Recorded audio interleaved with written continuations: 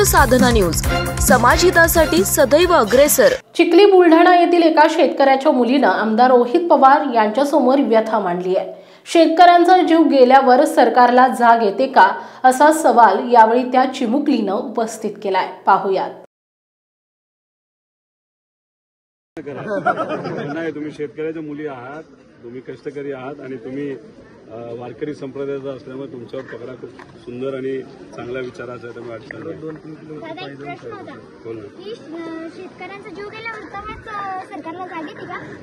दुर्दैव असं आहे, शेतकऱ्यांच्या शेतात ही आई पडते, काही कीटकनाशक पडते, तेव्हा सरकारला जाग येते। शेतकऱ्याच्या घरात तेल असते तर मीठ नसते, मीठ असते तर तेल नसते। तेलाला भाव काय 115 रुपये आणि सोयाबीनला भाव काय 3-4 हजार रुपये। शेतकऱ्याला काय पुरू राहिले? खरं म्हणते तू, आम्ही पण हीच भूमिका मांडतो। दादा माझा बाप बी शेतकरी आहे। माझ्या बापाच्या घरात तेल असते तर मीठ नसते, मीठ असते तर तेल नसते। वडील आलेत काही नाही, गव्हर्नमेंट शाळेत आहे तुम्ही, प्रायव्हेट शाळा। तू जे भूमिका मांडली ती खरी भूमिका आहे।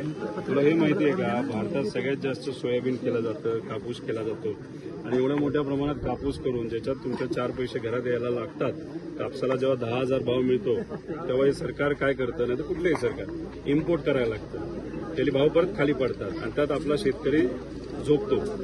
तसंच सोयाबीनचं झालंय, कांद्याचं झालंय, सगळ्याच पिकाचं झालंय।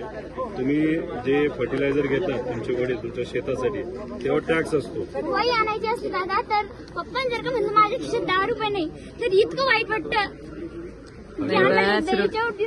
नको करू, आम्ही तीच भूमिका घेतोय। तुला एक माहिती का, मी विरोधी पक्षातला आमदार आहे, पण मी जर आज निर्णय घेतला असता, नाही तर काल निर्णय घेतला असता, तर मी आज मंत्री सुद्धा झालो असतो, नाही तर पदाधिकारी झालो असतो।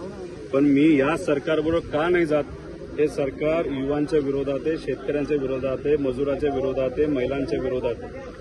मजुरी जर का करायला गेलं तर लोक त्यांच्या वावरात तर खूपच राबून घेते, पण रोज बी 200-250 रुपये फक्त हातावर टेकवतात मजुराजी। आणि दुसरं तुला काय माहितीये का, सरकारला असं मत आहे की लाडक्या बहिणींना महिन्याला 1500 रुपये दिले, आम्ही त्यांच्या उपकार केले, बाकी काही मदत नाही केली तरी चालतं, असं सरकारचं मत आहे। 1500 रुपयात काय होणार आहे का महिन्याला? 1500 रुपये नाही दिले चालते दादा, पण आमच्या मालांना भाव द्या।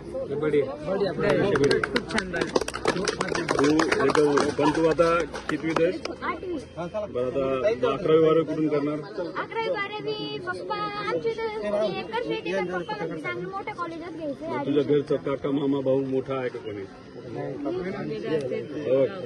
हिचं तू 8वी ना, 11वी जेव्हा जायचं असेल तर बारामतीला शारदा नगर म्हणून शाळा आहे। ही ज्या पद्धतीने बोलते ना, आक्रमक भूमिका घेते, तर उद्या जाऊन ही नक्कीच मोठी, सगळेच बनतील, ही मोठी अधिकारी बनेल आणि ती बनत असताना आमचंही त्याच्यामध्ये एक सेवा म्हणून त्याची मदत म्हणून ही जी 11वी 12वी आणि नंतर पण तिला त्याच संस्थेमध्ये जर करायचं झालं तर सगळी जबाबदारी मी घेत आहे, असा शब्द।